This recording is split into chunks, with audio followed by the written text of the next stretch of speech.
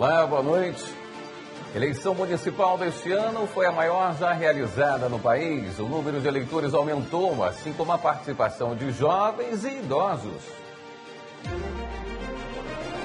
Domingo de votação pelo Brasil. Em 11 estados, a eleição para prefeito foi definida no primeiro turno. O Supremo Tribunal Federal invalida a norma que obrigava distribuidoras de energia elétrica a notificar previamente o consumidor sobre inspeções ou vistorias. STF promove seminário internacional Litígios Estruturais sobre solução de conflitos complexos e processos estruturais na proteção dos direitos humanos.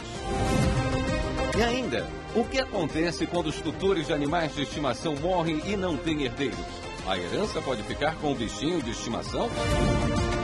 O Jornal da Justiça desta segunda-feira, dia 7 de outubro, começa agora.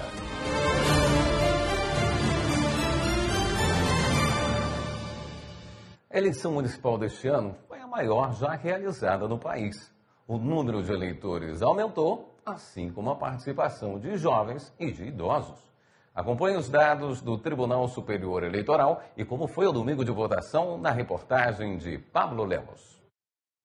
A presidente do Tribunal Superior Eleitoral, ministra Carmen Lúcia, chegou antes mesmo das 8 da manhã, horário previsto para o início da votação, e ficou na fila aguardando a vez. Ela voltou em Belo Horizonte, no Colégio Santo Agostinho. Logo após, a ministra seguiu para o Tribunal Regional Eleitoral do Estado para uma visita ao teste da integridade das urnas eletrônicas. O teste de integridade é um instrumento a mais para a comprovação e a segurança e a confiança que todas as cidadãs e cidadãos brasileiros podem ter no sistema eleitoral, devem ter no sistema eleitoral e que jamais foi questionado seriamente. Este ano, foram mais de 570 mil urnas eletrônicas disponibilizadas em todo o país em mais de 500 mil sessões eleitorais. Quase 2 milhões de mesários foram convocados e 1,5 milhão treinados para o primeiro turno. Entre os eleitores aptos a votar, foram mais de 1.800.000 jovens de 16 a 17 anos, cerca de 15 milhões de idosos com mais de 70 anos, 155 mil indígenas, 95 mil quilombolas e mais de 1.400.000 pessoas com deficiência. Em 5.569 municípios, são mais de 69 mil cargos em disputa para o Executivo e o Legislativo. As eleições municipais foram em 26 estados, exceto no Distrito Federal e no arquipélago de Fernando de Noronha, que não elegem prefeitos nem vereadores. São Paulo é o maior colégio eleitoral do país, com 22% do total, seguido de Minas Gerais e do Rio de Janeiro. Essa foi a maior eleição municipal já realizada no Brasil, de acordo com o Tribunal Superior Eleitoral. Houve um aumento de 5% de eleitores em relação a 2020, totalizando quase 156 milhões de pessoas aptas a votar. Além da votação, 5 municípios fizeram consultas populares nesse primeiro turno sobre questões ligadas à cidade. Em 11 estados, a disputa para prefeito foi definida no primeiro turno. Confira os eleitos. No Recife, o prefeito João Campos, do PSB, foi reeleito com 78,11% dos votos válidos. Em Salvador, Bruno Reis, do União Brasil, foi reeleito com 78,67%.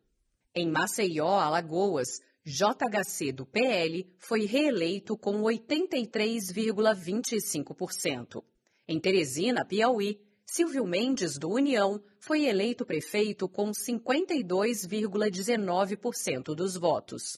Na capital do Maranhão, São Luís, Eduardo Braide, do PSD, foi reeleito com 70,12% dos votos. Em Florianópolis, Santa Catarina, Topázio, do PSD, alcançou 58,49% dos votos e vai para o segundo mandato. Eduardo Paes, do PSD, foi reeleito prefeito da cidade do Rio de Janeiro com 60,47% dos votos. Em Vitória, Espírito Santo, Lorenzo Pasolini, do Republicanos, também foi reeleito com 56,22% dos votos. Em Boa Vista, Roraima, Arthur Henrique, do MDB, vai para o segundo mandato com 75,18%.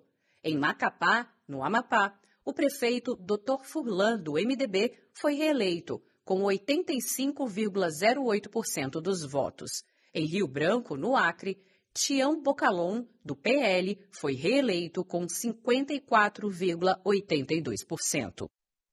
Em outras 15 capitais, a disputa para a prefeitura ficou para o dia 27 de outubro. Em Belo Horizonte, Minas Gerais, haverá segundo turno entre Bruno Engler, do PL, com 34,38%, e Fouad Noman, do PSD, que teve 26,54% dos votos. Em Campo Grande, Mato Grosso do Sul, duas mulheres vão disputar o segundo turno. Adriane Lopes, do PP, que obteve 31,67% dos votos, e Rose Modesto, do União Brasil, que atingiu 29,56%. Em Cuiabá, Mato Grosso, o segundo turno será entre Abílio, do PL, com 39,61% dos votos, e Lúdio, do PT, que alcançou 28,31%. Em Goiânia, Goiás, a disputa será entre Fred Rodrigues, do PL, que teve 31,14% dos votos, e Mabel, com 27,66% do União Brasil. Em Natal, Rio Grande do Norte, Paulinho Freire, do União, com 44,08% dos votos, vai disputar o segundo turno com Natália Bonavides, do PT, que teve 28,45%. Em Fortaleza, Ceará, André Fernandes, do PL, teve 40,20% dos votos. Vai disputar com Evandro Leitão, do PT, que obteve 34,33%. Em Aracaju, Sergipe, haverá segundo turno entre Emília Correia, do PL, que conseguiu 41,62% dos votos, e Luiz Roberto, do PDT, que alcançou 23,86%. Em João Pessoa, Paraíba, Cícero Lucena, do PP, teve 49,16% dos votos válidos. Ele vai disputar o segundo turno com Marcelo Queiroga, do PL, que conseguiu 21,77%. Em Belém, no Pará, Igor, do MDB, teve 44,89% dos votos e vai disputar com o delegado Éder Mauro, do PL, que teve 31,48%. Em Manaus, no Amazonas, vão para o segundo turno Davi Almeida, do Avante, que conseguiu 32,16% dos votos, e Capitão Alberto Neto, do PL, que conseguiu 24,94%. Haverá segundo turno também em Palmas, no Tocantins, entre Janade Valcari, do PL, que teve 39,22% dos votos válidos, e Eduardo Siqueira Campos, do Podemos, com 32,42%.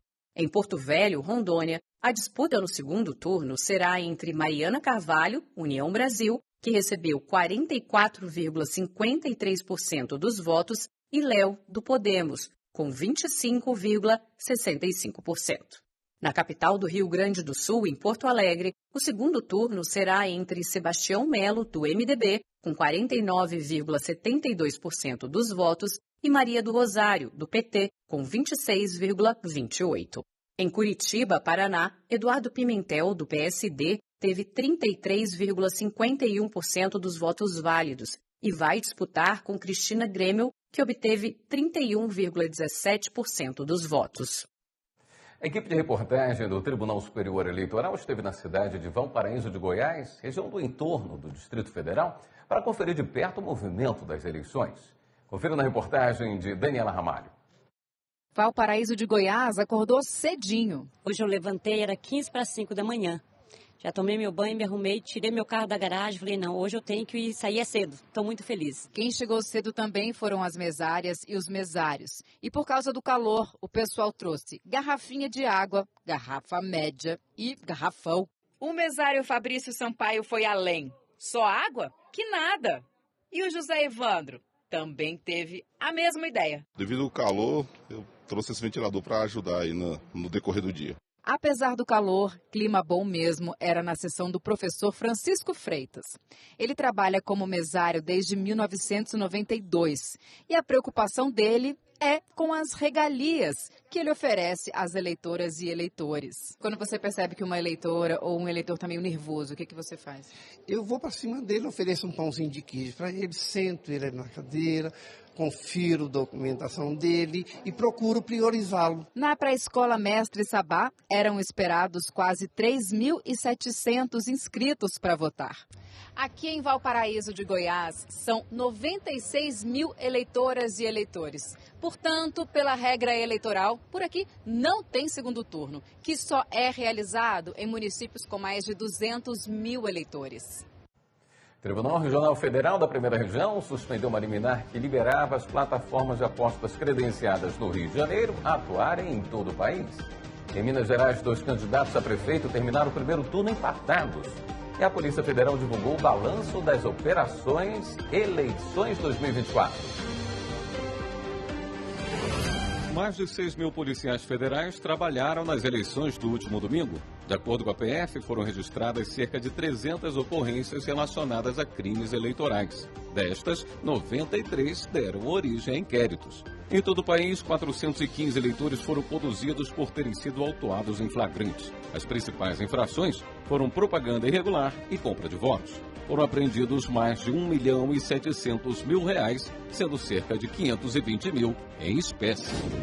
Nas eleições para prefeito de Inhaúma, na região central de Minas, 2 candidatos terminaram empatados. Zula, do Republicanos, e Carlinhos, do Solidariedade, receberam 2.434 votos cada. O critério de desempate foi a idade. Por ser mais velho, Zula, que tem 62 anos, venceu a disputa, já que o oponente tem 46. O município de Inhaúma tem 6.239 habitantes e teve 71 votos brancos, 92 nulos e 749 abstenções.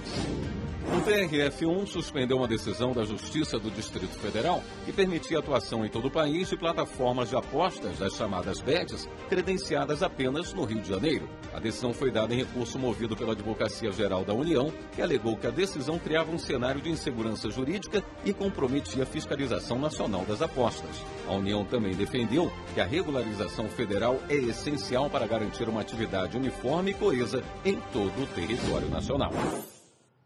O Supremo Tribunal Federal invalidou uma norma do Amazonas que obrigava as distribuidoras de energia elétrica a notificar previamente o consumidor sobre inspeções ou vistorias técnicas de medidores. A decisão foi tomada em julgamento do plenário virtual. As informações com Evelyn Araújo. A Associação Brasileira de Distribuidores de Energia entrou com a ação no Supremo contra o trecho de uma lei estadual de 2022. No julgamento, prevaleceu o voto do relator, ministro Luiz Fux, de que a regra invadiu competência legislativa da União sobre o tema. Fux explicou que o Supremo tem jurisprudência pacífica nesse sentido e que a competência para regulamentar as vistorias e inspeções técnicas nos medidores é exercida pela Agência Nacional de Energia Elétrica, que já tem resolução detalhada sobre os procedimentos. O ministro Edson Fachin foi o único a apresentar divergência. Para ele, a norma visa proteger o consumidor, assunto que compete tanto aos estados quanto ao governo federal. Em instantes, Justiça do Trabalho alerta para golpe envolvendo o pagamento de custas processuais. E pauta de julgamento do plenário do STF tem 4 ações que questionam resolução que institui a política antimanicomial do Poder Judiciário.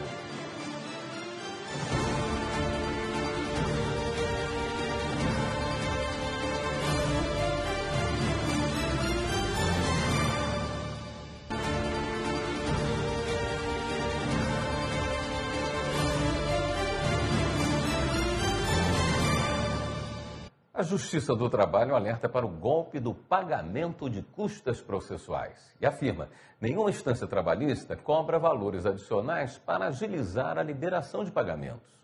Mais informações com a repórter Viviane Novaes.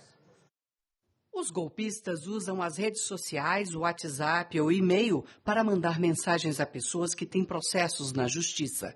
Eles pedem dinheiro para supostamente agilizar a liberação de valores a receber na causa. O advogado Antônio Alberto explica que os criminosos costumam ter acesso a detalhes dos processos. Os bandidos golpistas precisam do auxílio jurídico para interpretar aqueles processos onde, por exemplo, se liberou alvará, onde tem valores a serem levantados a título de indenização e assim por diante. A Justiça do Trabalho alerta que não entra em contato com a pessoa que tem um processo judicial em tramitação.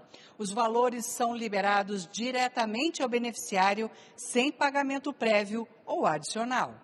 A Justiça do Trabalho orienta: não clique em links desconhecidos. Desconfie da urgência para depósito do dinheiro. Converse pessoalmente ou por vídeo com o advogado da sua causa. Você também pode consultar o Tribunal Regional do Trabalho, Vara ou Fórum Trabalhista, onde o processo tramita. Ao sofrer um golpe ou uma tentativa, procure uma delegacia para registrar a ocorrência.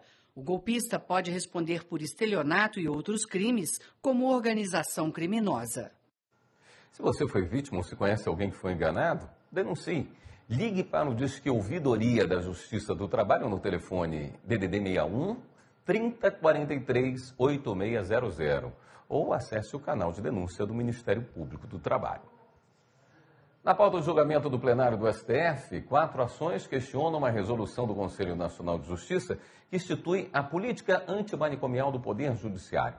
Um dos argumentos é de que a medida violaria a competência legislativa e direitos fundamentais. O relator é o ministro Edson Fachin. Marta Ferreira tem mais informações. Aprovada em 2023, a resolução do CNJ tem o objetivo de colocar em prática o que está previsto em uma lei de 2001, que trata da proteção e dos direitos das pessoas portadoras de transtornos mentais e redireciona o modelo assistencial em saúde mental. A norma prevê o fechamento de estabelecimentos de custódia e tratamento psiquiátrico conhecidos como manicômios judiciários.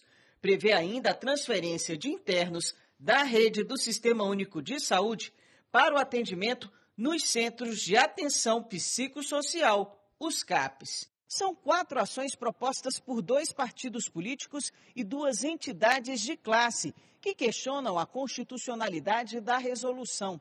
Entre os argumentos, os autores alegam que o CNJ teria violado dispositivos constitucionais sobre a competência da União para legislar em matéria penal e processual e a competência comum dos entes federativos para cuidar da saúde e assistência pública.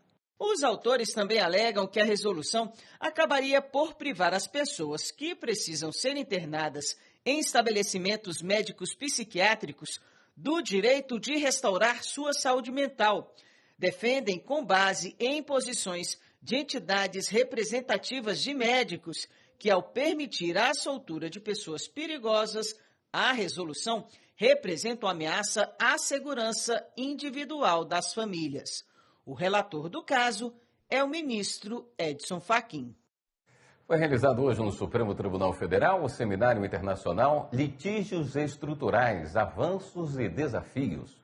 O papel do judiciário na solução de conflitos complexos e os processos estruturais na proteção dos direitos humanos foram os temas do debate que a repórter Manuela Borges acompanhou.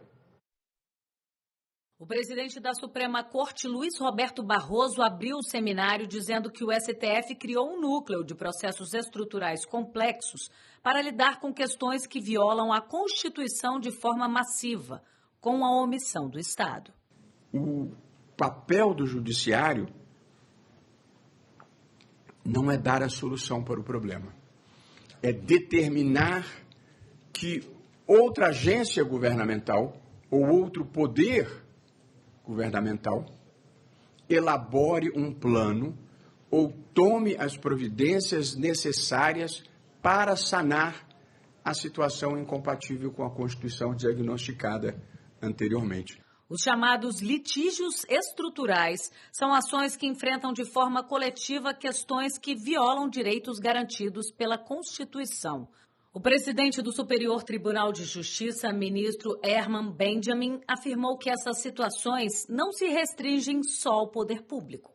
Podem imaginar força maior do que a torcida organizada no país do futebol. que tem personalidade jurídica e com violência, o uso da violência. É possível se adotar algo assemelhado a esses litígios estruturais para essas situações que estariam sem a presença do Estado, ou pelo menos sem o Estado diretamente. Eu proponho que sim. A violação de direitos fundamentais da população carcerária foi a primeira ação a ser reconhecida como litígio estrutural a chegar aqui na Suprema Corte em 2015. O PSOL acionou o STF para que o tribunal reconhecesse formalmente a violação de direitos previstos na Constituição e determinasse providências para solucionar problemas estruturais do sistema prisional brasileiro, como, por exemplo, superlotação, falta de água potável e até comida estragada. O STF, com o apoio do CNJ, então determinou à União elaborar um plano para enfrentar a situação encontrada nas cadeias brasileiras. O acordo deve ser homologado nos próximos dias e os estados vão ter 6 meses para colocar em prática. Entre 2020 e 2023, os processos que dizem respeito a litígios estruturais aumentaram de forma expressiva. No Rio de Janeiro, foram ajuizadas ações sobre a letalidade policial. Também está no STF a saúde da população indígena e das comunidades quilombolas, o desmatamento da Amazônia Legal, racismo estrutural, acesso à saúde para pessoas trans e aos que vivem em situação de rua. O Supremo Tribunal Federal firmou um acordo com a Corte Constitucional do Equador. O objetivo do acordo é estabelecer um intercâmbio de tecnologia, experiências e conhecimentos utilizados nos processos jurisdicionais do Supremo Tribunal Federal e da Corte Constitucional do Equador. A parceria também pretende proporcionar meios para o desenvolvimento de ferramentas próprias de cada instituição e reforçar a capacidade operacional e tecnológica de cada uma. Estiveram presentes na solenidade o presidente do STF, ministro Luiz Roberto Barroso, o vice-presidente, ministro Edson Fachin, o presidente da Corte do Equador e 2 ministros da mesma corte. No próximo bloco, o TRF da Primeira Região decide que CONTRAN não pode estabelecer tempo de uso de veículos utilizados por autoescolas. E Justiça Federal determina que o INCRA exija um processo de demarcação de terras de quilombolas no Maranhão.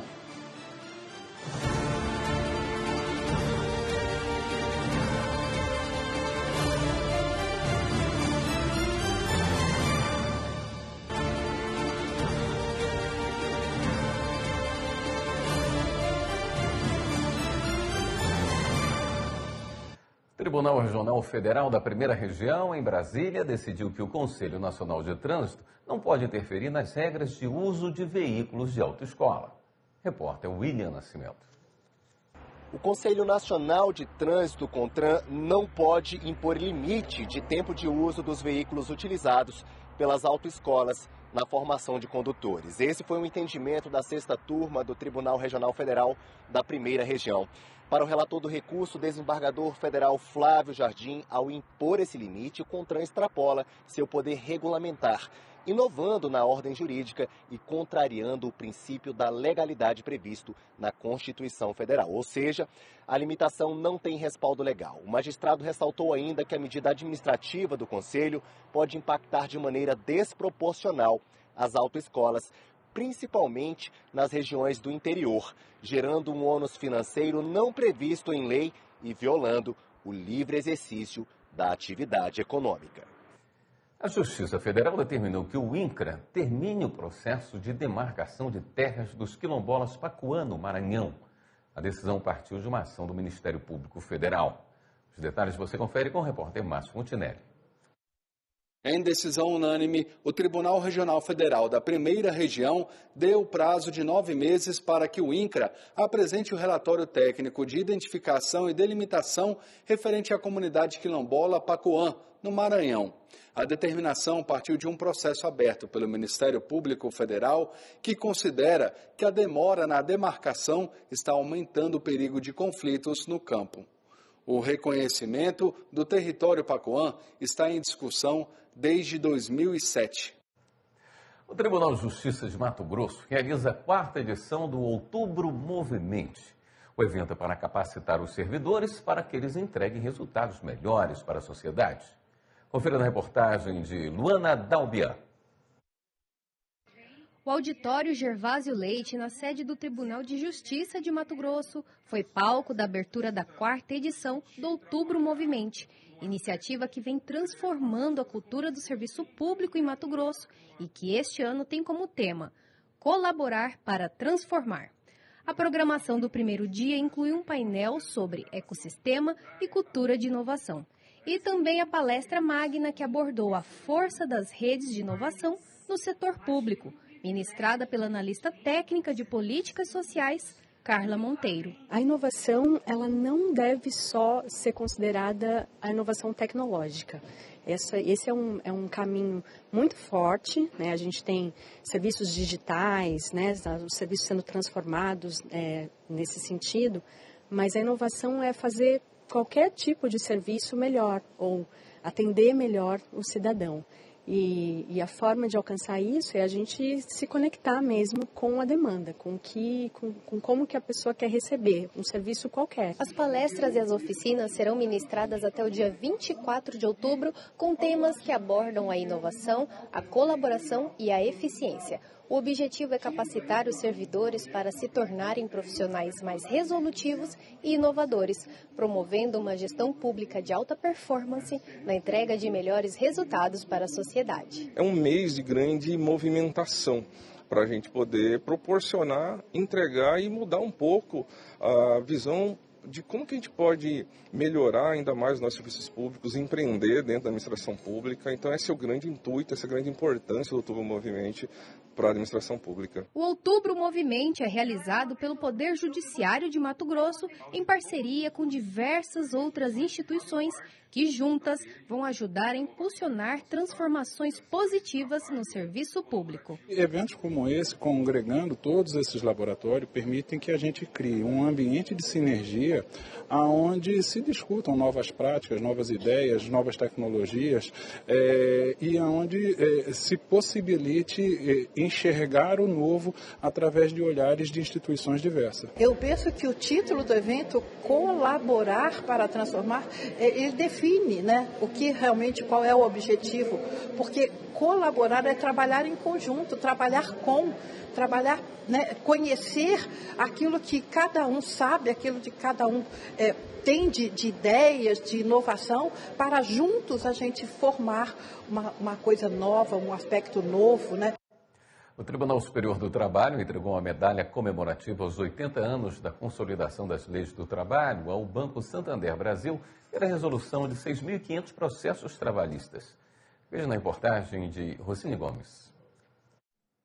A entrega da medalha comemorativa aos 80 anos da CLT ocorreu na sede do Tribunal Superior do Trabalho, em Brasília. A cerimônia foi conduzida pelo vice-presidente do TST e do Conselho Superior da Justiça do Trabalho, ministro Aloísio Correia da Veiga. Ele destacou que a condecoração é um reconhecimento pela resolução de 6.500 processos trabalhistas de uma só vez. Hoje, a relação jurídica e o processo, ele é cooperativo.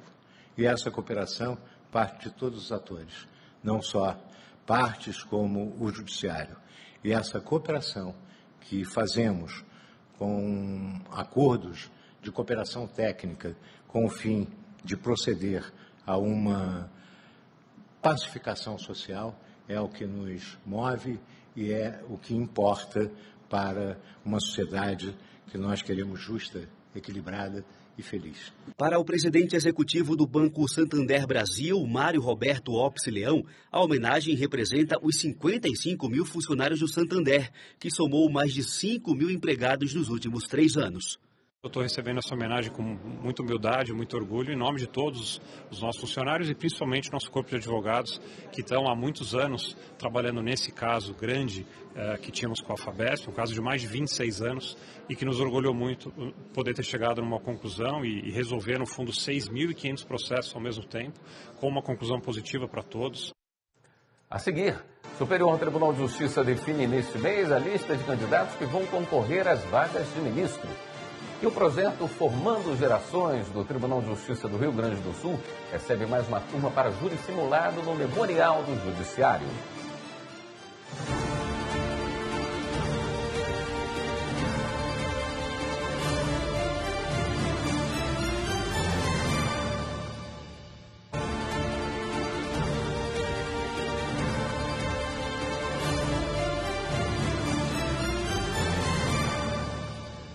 Superior Tribunal de Justiça se reúne no dia 15 de outubro para definir as listas de candidatos que vão concorrer às vagas de ministro. Veja na reportagem de Marina Campos. A sessão do Pleno será presencial e está marcada para as 9 horas da manhã. O colegiado vai definir os nomes dos desembargadores federais e dos membros do Ministério Público que vão concorrer às vagas abertas com a aposentadoria das ministras Laurita Vaz e a Suzete Magalhães. Segundo a Constituição Federal, o STJ é composto de, no mínimo, 33 ministros. As cadeiras são divididas entre juízes dos TRFs, desembargadores dos tribunais de justiça, advogados e membros do Ministério Público Federal, Estadual, do Distrito Federal e dos territórios, alternadamente. Desta vez serão escolhidos os nomes para a lista de candidatos à vaga destinada a membros dos TRFs. Entre 16 desembargadores, serão selecionados 13 em votação secreta. A outra vaga que será selecionada é reservada a membro do Ministério Público. Já a lista do MP possui 40 nomes e o Pleno vai escolher 3, também por voto secreto. As duas listas serão encaminhadas ao presidente da República, a quem cabe indicar o desembargador e o membro do MP que vão passar por sabatina na Comissão de Constituição, Justiça e Cidadania do Senado Federal. Após a aprovação pela CCJ e pelo plenário do Senado, os escolhidos serão nomeados e empossados como ministros do STJ. O projeto Formando Gerações do Tribunal de Justiça do Rio Grande do Sul recebeu mais uma turma para júri simulado no Memorial do Judiciário.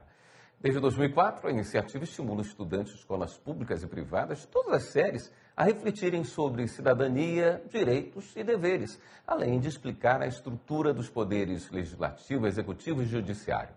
Repórter Paula Marcon. Você sabe quais são os 3 poderes e qual a função de cada um deles? Quem representa o executivo, o legislativo e o judiciário? E ainda, quais são os tipos de crime que vão ao tribunal do júri? Estes questionamentos parecem óbvios, mas a maioria dos alunos que vem até o Memorial do Judiciário do Rio Grande do Sul não sabe a resposta para estas perguntas. Achei muito bom, né? Porque ele explicou a história de tudo, explicou como é que funciona o negócio do júri, o negócio da prefeitura, e pá, como é que é. Eu achei muito legal, achei muito interessante. E tu já tinha alguma noção de tudo que ele falou? Tu já veio sabendo alguma coisa ou tu aprendeu aqui? Não, porque eu não sabia nada. Tipo, os professores até contavam algumas coisas assim, só que eles explicaram melhor agora. Então. Eu achei muito legal ele falando sobre os júris e a história daqui do lugar. E sobre as explicações também, foram muito boas. 30 alunos do 8º e 9º ano da Escola Municipal Ivo Rec de Cachoeirinha participaram do projeto Formando Gerações na última semana. Eles passaram a tarde nos espaços do Memorial do Judiciário, aprendendo sobre cidadania, direitos e deveres na teoria e na prática. O servidor do TJRS, Roberto, foi o responsável por esta aula atípica. Essa é a nossa preocupação, que eles reconheçam a presença do Poder Judiciário na vida deles, no cotidiano deles. Não adianta eles gravarem na memória, o Poder Judiciário é o que julga, é o que prende. Não, a gente quer que eles percebam que o Judiciário está ali para resolver questões que são muito frequentes, que eles até já passaram com questões de divórcio dos pais, enfim, né, todas essas questões que um juiz resolve. A ideia de trazer a turma até o Formando Gerações foi da professora Lilian. Ela já é parceira do projeto e vê a iniciativa como uma alternativa importante de ensino. Ainda mais agora essa gurizada que é um pouco difícil, né? Eles só querem o uso do celular, eles acham que outros conteúdos não são importantes, isso são coisas importantes, ainda mais os 3 poderes, eles têm que entender. Então a gente viu que era necessário também trazer aqui eles para eles ficarem mais familiarizados com essa questão dos 3 poderes. A visita dos alunos ao espaço do Memorial do Judiciário no Palácio da Justiça inicia com um bate-papo. Depois disso é transmitido um vídeo fictício de um caso real de um crime que foi a júri popular. Então é feita a simulação do julgamento do crime. É aí que chega a hora mais esperada do projeto, quando os alunos têm a oportunidade de interpretar o papel de todos os envolvidos no tribunal do júri: o juiz, o réu, os jurados e os advogados de defesa e acusação. Unindo a teoria e a prática, o projeto Formando Gerações vem trazendo bons resultados nestes 15 anos de história. Esse projeto para nós do Memorial é muito querido. Ele tem 15 anos ali e a gente percebe a evolução, vem o retorno das escolas e até próprios alunos que cresceram e retornam até como professores. A gente vê como esse projeto auxiliou, foi fundamental, deu uma resposta tranquila, assim. Isso nos deixa muito felizes. O Superior Tribunal de Justiça promoveu neste sábado a 21ª Corrida do Judiciário. A competição aconteceu na Praça dos Tribunais e contou com 400 participantes. Confira na reportagem de Jafer Araújo. O pessoal levantou cedo para participar do evento e daqui a pouco tudo pronto para a largada. O ministro Sebastião Reis Júnior foi o responsável por dar o start. Ele destacou o caráter festivo e educativo da corrida. Confraternização e o incentivo realmente à saúde, né? Saber que hoje em dia a vida não é só trabalho, né? Que a gente tem que ter achar uns momentos para a gente cuidar do corpo e, consequentemente, cuidar da saúde mental também. A corrida é organizada pela Secretaria de Serviços Integrados de Saúde do Superior Tribunal de Justiça, com apoio da Associação dos Servidores do STJ e do Conselho da Justiça Federal. A prova foi dividida em 2 percursos, de 5 e 10 quilômetros. A largada foi na frente do STJ. A 21ª edição da Corrida do Judiciário contou com 400 participantes. Nem a temperatura alta em Brasília e o auge da seca, com 165 dias sem cair uma gota sequer de chuva na capital, desanimou os corredores. A corrida é feita nas primeiras horas da manhã, então isso já ameniza um pouco em que a umidade agora pela manhã não é tão baixa quanto vai ser no período da tarde. E também nós tivemos o cuidado de distribuir vários pontos de hidratação durante a corrida e tem um lanchinho no final. Já é uma tradição, a gente já busca essa integração, essa socialização, é um momento de diversão, né? Aqui a gente não fala de competição, a gente fala de integração mesmo dos servidores. A corrida foi dividida em 13 categorias pela distância e pela idade dos participantes. Guilherme Cândido de Andrade Neto, servidor do gabinete do ministro Sebastião Reis Júnior, teve até torcida organizada. Ele chegou em primeiro no percurso de 5 quilômetros. Que honra, muito bom. Nunca corri assim com uma torcida grande. Sempre minha esposa e meu filhinho estão presentes, né? Mas assim, com a turma foi muito legal. No geral masculino de 10 quilômetros, Daniel Marcondes foi o vencedor. Parabéns ao STJ, ao CNJ, a promover essa corrida, né, para as pessoas que trabalham e promover o esporte no ambiente de trabalho. Caroline Gomes Teixeira venceu os 5 quilômetros na sua categoria. Ter tido essa oportunidade, esse incentivo do Poder Judiciário é muito importante. Então, estou super feliz de ter conquistado esse primeiro lugar. Zulmira Pereira foi a primeira colocada entre as mulheres com mais de 50 anos. Fiquei muito feliz, né, pelo resultado, porque eu treino bastante, né? E é isso, não tem idade para correr. Já Elaine Nóbrega Borges venceu o geral nos 10 quilômetros feminino. É o momento da gente se reunir e confraternizar juntos, e esse estilo de vida. Próximo bloco, o Conselho Nacional de Justiça vai promover o Seminário Internacional sobre Prova e Justiça Criminal. E ainda, o que acontece quando os tutores de pet morrem e não têm herdeiros? A herança fica para o bichinho de estimação? Nós voltamos em instantes.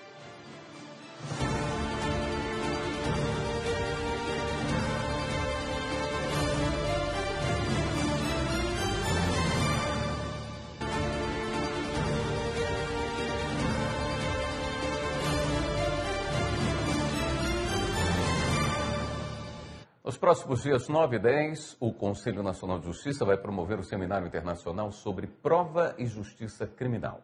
O reconhecimento facial voltado à solução de crimes deve ser utilizado por profissionais capacitados a fim de se evitar que injustiças sejam cometidas pelo Estado. O CNJ pretende levantar onde estão as falhas nesse caminho que passa pela produção e a confirmação de provas, até chegar à punição dos autores de crimes. Serão 5 painéis na programação. Estão previstos ainda depoimento de 3 pessoas vítimas de erros de reconhecimento. O presidente do CNJ e do Supremo Tribunal Federal, ministro Luiz Roberto Barroso, vai participar da mesa de abertura, programada para as 7 da noite do dia 9, quando será exibido um documentário sobre o tema. No Tribunal de Justiça do Rio Grande do Sul foi realizada a Semana de Combate ao Assédio Moral, Sexual e à Discriminação. Magistrados, servidores e psicólogos debateram o tema com enfoque na prevenção. Reportagem de Mauro Vercoisa. 2 dias de debates sobre o tema da prevenção do assédio com o painel Diálogo Construtivo, promovendo um ambiente de trabalho seguro e comunicação não violenta para construir uma sociedade com mais respeito, tolerância e proteção. O presidente do Tribunal de Justiça, desembargador Alberto Delgado Neto, reforçou o compromisso do Judiciário contra o assédio, com a prevenção começando dentro do próprio tribunal. Essa é uma campanha muito importante, vai abrir a Semana de Combate ao Assédio Moral, Sexual e de Doenças em todo o Poder Judiciário. Semana que vem, uma semana intensa de debates nessa área, que é fundamental porque o ambiente de trabalho tem que pressupor, principalmente na justiça, a igualdade entre as pessoas. Não vamos tratar todos iguais perante a lei se dentro de casa não tratarmos os nossos. Então é fundamental que a gente comece a enfrentar isso de peito aberto e conversando com todas as chefias e os nossos servidores. Para a desembargadora Jane Maria Keller Vidal, o TJ tem que enfrentar a temática do assédio com o compromisso de criar um ambiente de pleno desenvolvimento e proteção para o seu público interno e para a comunidade em geral. O Tribunal de Justiça tem o compromisso de criar um ambiente saudável de pleno desenvolvimento, não só para os seus funcionários e magistrados, mas também para a comunidade em geral. E para isso nós temos que enfrentar essa temática do assédio, porque o assédio, ele ultrapassa as consequências dele, ultrapassam a pessoa que sofre o assédio, atinge a família e a própria instituição.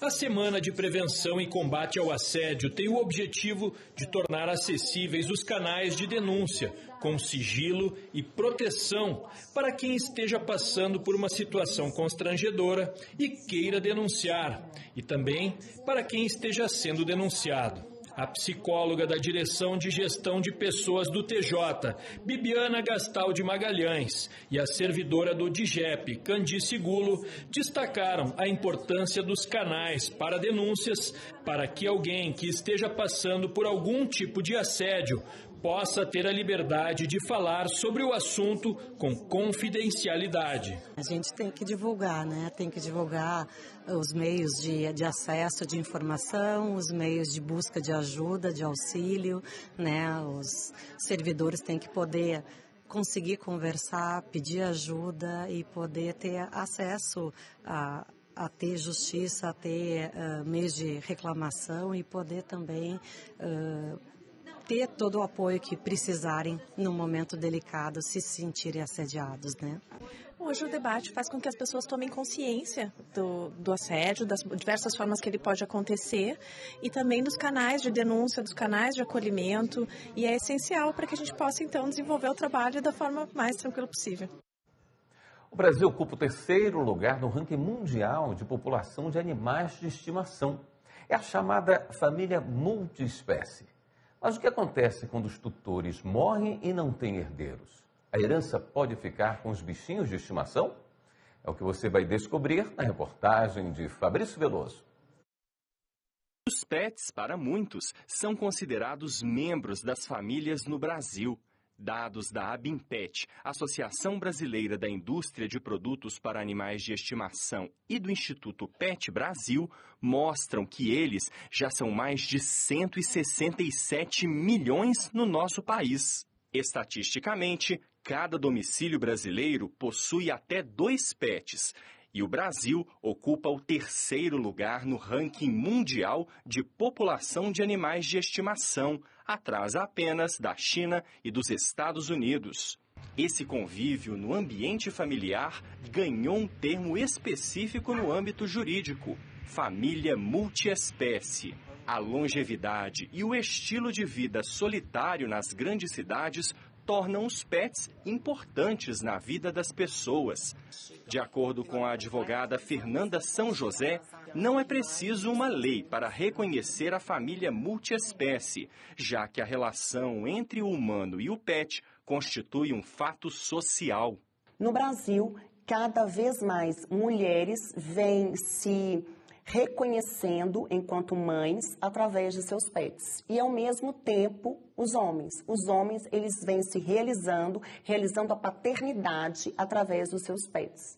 E quando eu digo pet, não se resume somente nesse amor, nesse afeto que envolve cães e gatos, mas todos aqueles animais no qual há uma relação afetiva entre o humano e o não humano. Se os bichinhos de estimação são membros da família, o que acontece quando os donos morrem e não possuem herdeiros?